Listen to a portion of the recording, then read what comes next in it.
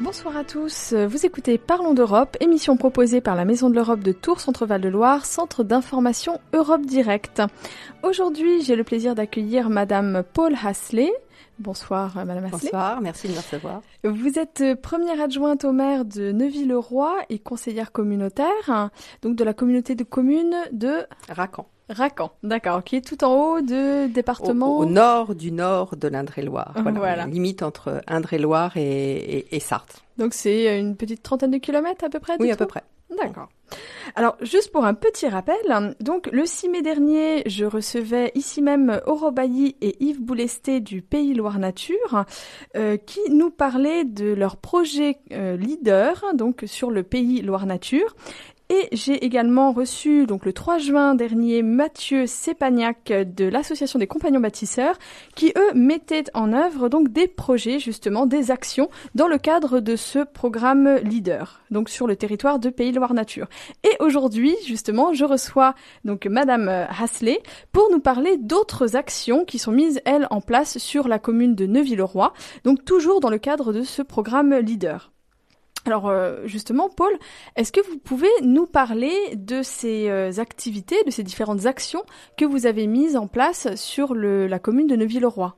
Alors c'est une vieille histoire, une belle histoire, le partenariat entre la commune de Neuville-le-Roi et le Pays Loire Nature. On aime bien les bonnes histoires, les vieilles histoires. Alors cette histoire a commencé dans la précédente mandature, puisque c'est mon deuxième mandat pour ma part, et la volonté du conseil municipal de Neuville-le-Roi et de la commission qui s'appelle Commission Cadre de Vie à Neuville-le-Roi était de retrouver une façon un petit peu de recréer du lien social dans le village et de voir un petit peu comment on pouvait travailler. Et on est parti sur un premier travail qui était la remise en place de très vieilles ruelles qui permettaient une circulation nord-sud dans le village. Et à partir de là, on a commencé une réflexion. Alors cette première réflexion autour de ces ruelles du XIIe siècle, on l'a fait un petit peu tout seul. Et puis ça a donné naissance à d'autres idées. C'est-à-dire comment faire pour créer du lien, pour faire en sorte que ce village redevienne un village et pas seulement un lieu où on part le matin, dont on part le matin et on rentre le soir. Donc à partir de là, on s'est dit... Qu'est-ce qu'on peut développer? Qu'est-ce qu'on a comme territoire? On a un territoire rural avec un paysage intéressant qui reflète en plus différentes activités qui peuvent se faire dans le monde rural. Pas seulement des activités agricoles. Dans le monde rural, on ne fait pas que cultiver. Non, bien sûr, il y a d'autres activités, heureusement. Donc, il y a un territoire qui est assez intéressant. Il y a des vergers, il y a de l'élevage, il y a des céréaliers, il y a de l'artisanat. Il y a des savoir-faire locaux, il y a aussi, des services des producteurs, aussi, des services. Il y a des habitants. Donc, du coup, on s'est dit à partir de là, qu'est-ce qu'on peut faire? Donc, on a commencé par travailler autour de la biodiversité qui nous est apparu comme un des premiers points centraux, en se disant comment on fait pour faire attention à nos paysages, les faire perdurer dans le temps et essayer de sensibiliser la population à ça. Donc, notre premier travail a été de créer un chemin biodiversité. Et ça a été possible parce qu'on a eu le soutien du pays et parce qu'on a eu aussi le soutien financier des fonds européens. Qui n'est jamais négligeable. Sans ce soutien, pour être très clair, et je le répéterai 4 fois pendant cette interview s'il faut, sans ce soutien, les villages, Neuville-le-Roi c'est 1200 habitants, oui, donc pour les gens qui connaissent pas bien le mode de fonctionnement des communes, c'est une petite dotation globale, inférieure à peu près à 1 million d'euros, sur lequel il y a des charges. La commune entretient les routes, entretient un certain nombre de choses. Il y a une masse salariale qui est de plus en plus importante à la charge des communes. Donc voilà. Donc du coup, c'est vrai que si on n'a pas un soutien financier de l'Europe, de la région, si on n'a pas des partenaires financiers, il est très difficile de mettre en place des projets. Donc le premier projet a tourné autour d'un chemin biodiversité avec une campagne, une sensibilisation au zéro phyto au bord de l'eau.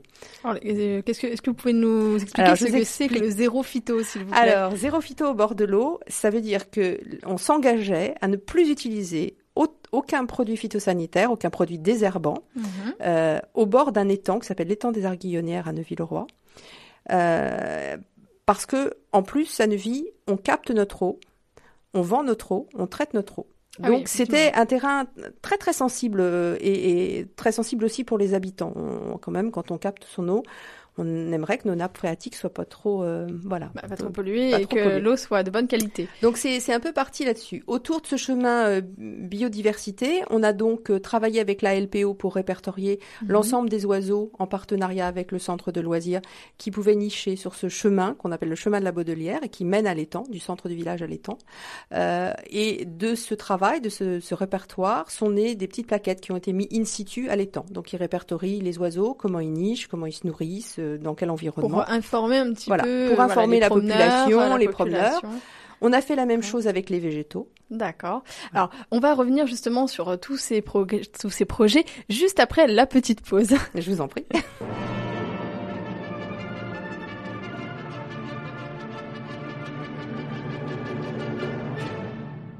Ce jeudi à 17h sur RCF, vous avez rendez-vous avec Face aux chrétiens. Sur le plateau de la chaîne KTO, une personnalité répond aux 3 rédactions, Delacroix, Radio Notre-Dame et RCF. Ministres, parlementaires, politologues ou responsables religieux, ils participent tous au grand débat d'actualité Face aux chrétiens, ce jeudi à 17h. RCF, Radio chrétienne francophone. Vous écoutez Parlons d'Europe, émission proposée par la Maison de l'Europe de Tours, Centre-Val-de-Loire, centre d'information Europe Direct.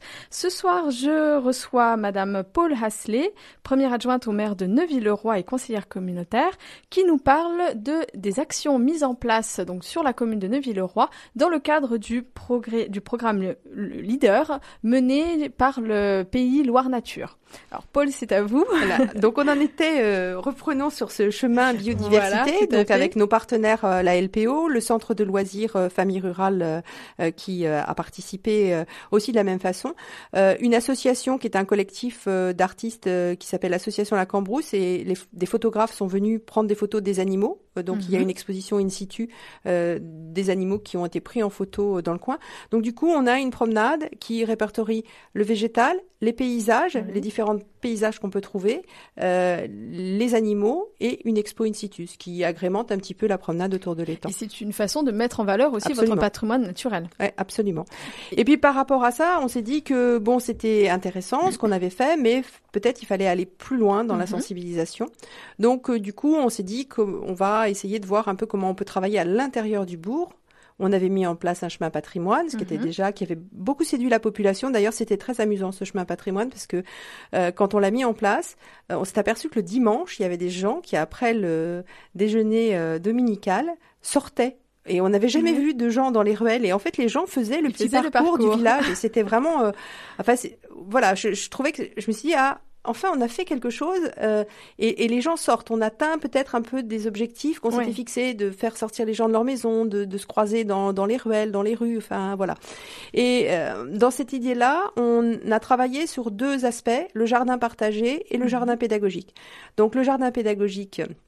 Il est géré, piloté sous la houlette de la LSH, donc de famille rurale, et il est d'autant plus utilisé dans le cadre d'étapes, des nouveaux rythmes scolaires, donc les enfants peuvent découvrir un petit peu. On l'avait mis en place au départ avec une association qui s'appelle Couleurs Sauvages, Nathalie qui avait fait ses stages, c'était vraiment très intéressant. Il y a eu des ateliers confiture, il y a eu un certain nombre de choses. Bien sûr, le jardin est zéro phyto, donc on ne met pas de produits phytosanitaires. Et puis, on a mis en place, la commune a acheté des terrains avec l'aide des fonds, alors pas l'aide pour l'achat, mais enfin bon, c'est un peu compliqué, mais en tout cas avec le soutien financier. Et du coup, là, le partenariat s'est fait avec le Secours catholique, qui lui pilote l'organisation et la répartition des parcelles. Donc actuellement, il y a, je crois, 9 personnes qui ont pris des parcelles de jardin. Et donc voilà, le projet, ça serait de faire fonctionner ça. Et vous savez, chaque année, il y a l'ouverture des jardins des particuliers dans le cadre d'une opération nationale. Et voilà, on essaie de réfléchir, savoir si on pourrait pas s'intégrer à ça, si on peut trouver des particuliers qui l'année prochaine ouvriraient leur jardin. Et ça nous permettrait de faire découvrir le jardin partagé et de mener une action autour de ce jardin partagé en faisant un pique-nique ou bon, comme c'est début juin, on peut peut-être espérer qu'il fasse beau. Peut-être pas aussi chaud que maintenant, mais beau. Donc voilà, on a travaillé aussi avec les compagnons bâtisseurs parce que l'idée étant de recréer un petit peu du lien social dans le village. Du coup, on a construit une terrasse publique en bois et cette terrasse a été construite avec le partenariat des compagnons bâtisseurs et un dispositif de jeunes gens en insertion. Et elle a une jolie histoire, cette terrasse publique. Bon, au départ, les habitants ont eu un peu de mal parce que c'est une terrasse en bois. Enfin, ça plaît pas toujours à tout le monde. Hein. Bon, mais on a expliqué, on a fait des réunions publiques, on a expliqué un petit peu la volonté qui était la nôtre. Et puis, un beau jour, on a vu apparaître sur cette terrasse publique des livres qui avaient été déposés. Et on s'est dit, voilà, comme ça, un matin, il y avait 4-5 livres qui étaient déposés, dont la Bible, d'ailleurs. C'était très amusant. Et on s'est dit, mais c'est intéressant, ça. Peut-être qu'après tout, on pourrait mettre sur cette terrasse publique des boîtes à livres. Donc, du coup, on a redéposé un projet au niveau du pays en disant, voilà, ça nous intéresserait de faire des boîtes à livres parce que peut-être que ces boîtes à livres, on a une très belle bibliothèque municipale associée à Neuville-le-Roi. Et du coup, on s'est dit, tiens, peut-être que, voilà. Donc, les boîtes à livres sont en place. Ça fonctionne. Les gens viennent, prennent des livres. Du coup, les commerçants se sont dit que, finalement, c'était bien cette terrasse et voilà. Donc, du coup, ils se sont réappropriés un peu l'espace. Ils ont mis des tables. Enfin, la personne qui tient le café, Frédéric, a mis des tables. Il y a un monsieur qui vend des pizzas tous les vendredis soirs. Du coup, maintenant, la terrasse est occupée. Et puis, on s'est dit que, en tant que collectivité, on pouvait proposer une soirée terrasse. Donc, au mois de juin, on a organisé une soirée jazz qui a à peu près 70 habitants qui sont venus, ce qui est beaucoup, ce qui est pas mal pour un petit village. Donc voilà, et tous ces projets-là, donc qui concourent à faire que les gens ressortent de chez eux, échangent, partagent, recréent ce qu'on appelle le lien social, mais ce qui est une vérité en même temps. D'ailleurs, les projets, les programmes leaders aussi s'inscrivent justement dans le recréer le lien social au niveau des territoires ruraux. Vraiment fondamental. C'est-à-dire que tout ce qu'on met en place, il faut que ça recrée du lien, ça permet aux gens de sortir. Et voilà, ça fait partie des exemples. On peut conclure que effectivement toutes vos actions ont eu des retombées très positives sur Neuville-le-Roi, sur la commune. J'espère. En tout cas. C'est ce que vous, en tout cas, vous ressentez. Moi, c'est ce que je ressens pour faire sortir les gens de chez eux. Après, c'est vrai qu'il y a des actions qui sont plus discrètes. Par exemple, décider de mettre de l'éclairage solaire. Bon, les gens se disent, c'est pratique. Mais voilà. C'est moins concret, ça les touche moins. Peut-être ça les touche moins dans un premier temps.